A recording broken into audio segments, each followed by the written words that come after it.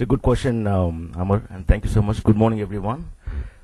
Sorry for being late here. And forgot your name, sir. Naresh. Naresh made very emotional statements, and I think for a pretext, let me just touch base on those points, what he has expressed, if you will. Just, what is my viewpoints and how we can speak, how we could probably, have a temporary solution, at least my thoughts, my views. It may take, a lot of collaboration and policies and process changes.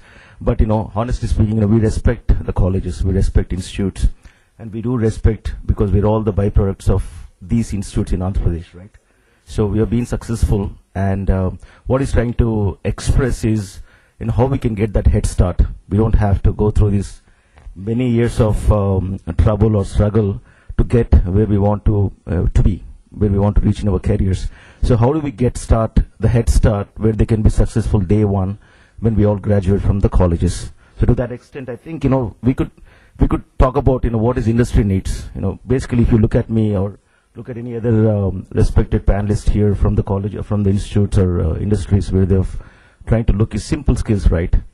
How technology is definitely required. What technologies, like Amar has been asking, Java, SAP, web development, all that. That is given. That's, basic hygiene.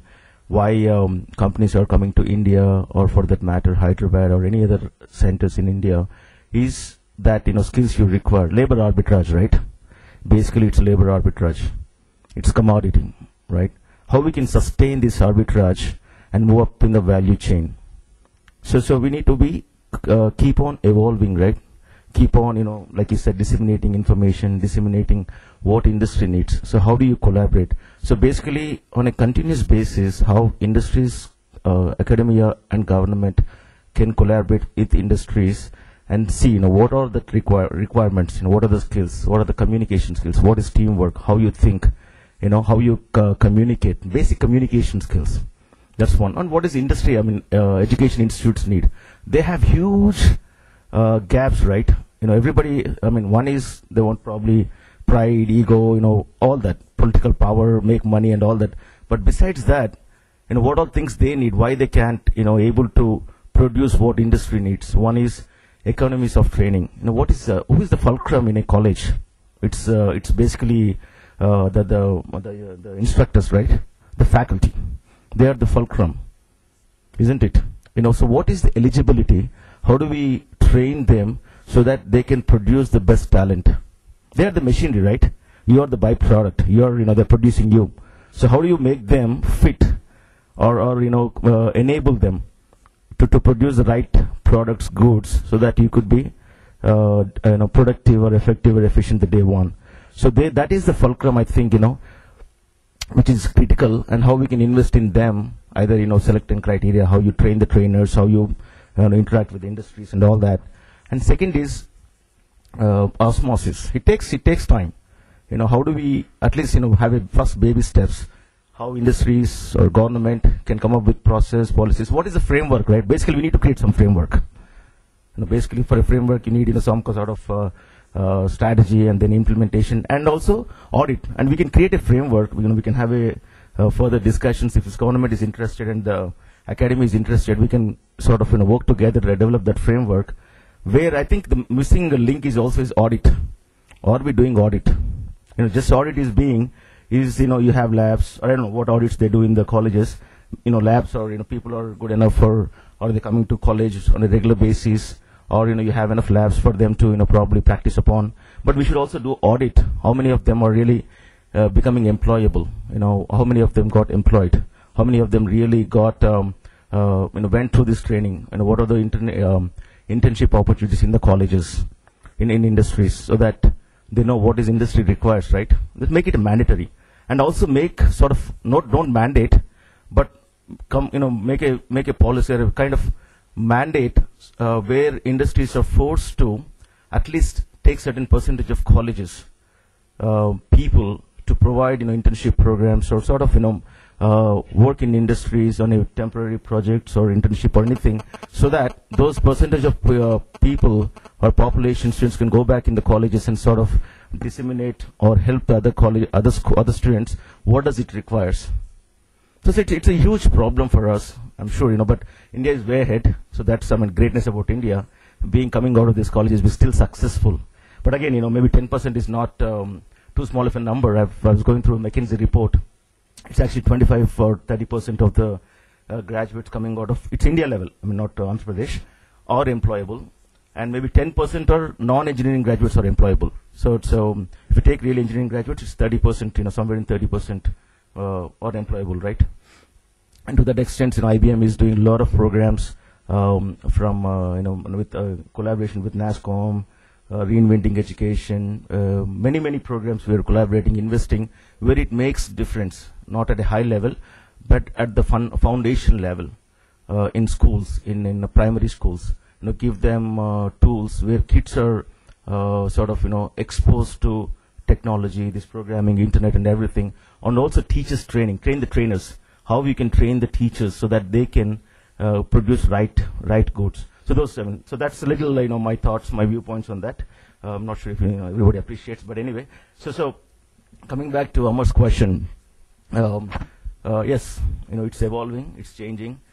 More than technology, Amar, if you will, we should focus on, if anybody, if there was a survey, right, CEO survey, they said, what is that one skill that requires a person to be successful in their careers? What do you think the answer would be? I'll just ask anybody on the audience here. What is that one skill?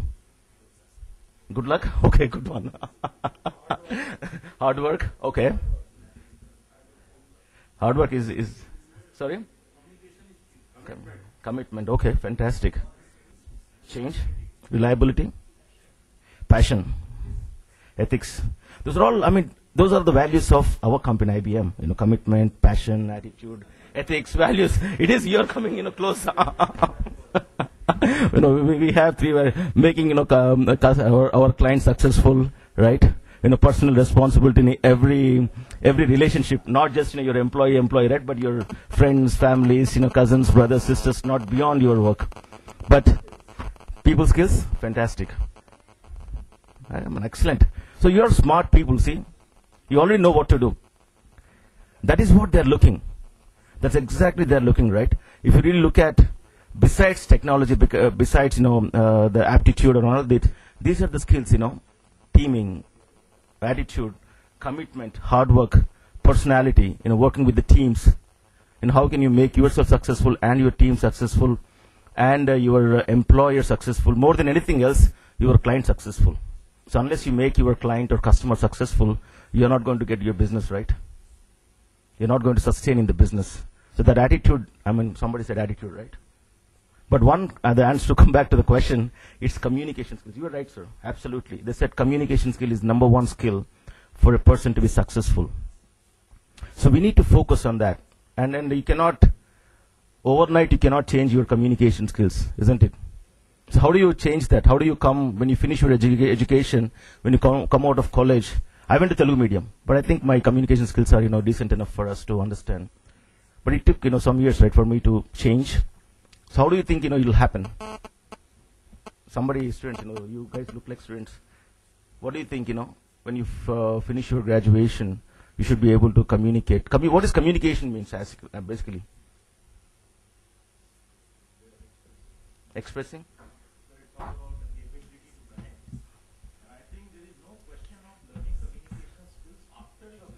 Absolutely. Our entire schooling system should build communication into the whole existence of the student, which the schooling system is failing to do. Right. I run 5 business schools, and I can assure you, most of the students I train, they come from around 200 cities, to Indore, Ahmedabad, and Nashik, where I run my business school. I really wish I could train them in schooling all over again. Absolutely. Because at the postgraduate level, the companies expect communication skills.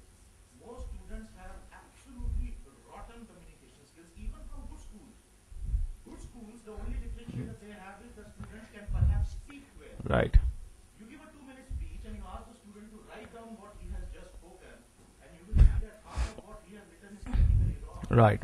So what are the schools doing? Exactly. So we can always keep on saying, who's doing what, how we can blame, right? We can always do that blame game. But I'm not saying you're blaming, but at the same time, what is that we are supporting, we are doing, where we can make some difference. So I mean, to answer your question, sir, you cannot change your destination overnight, but you can always change your direction overnight, right?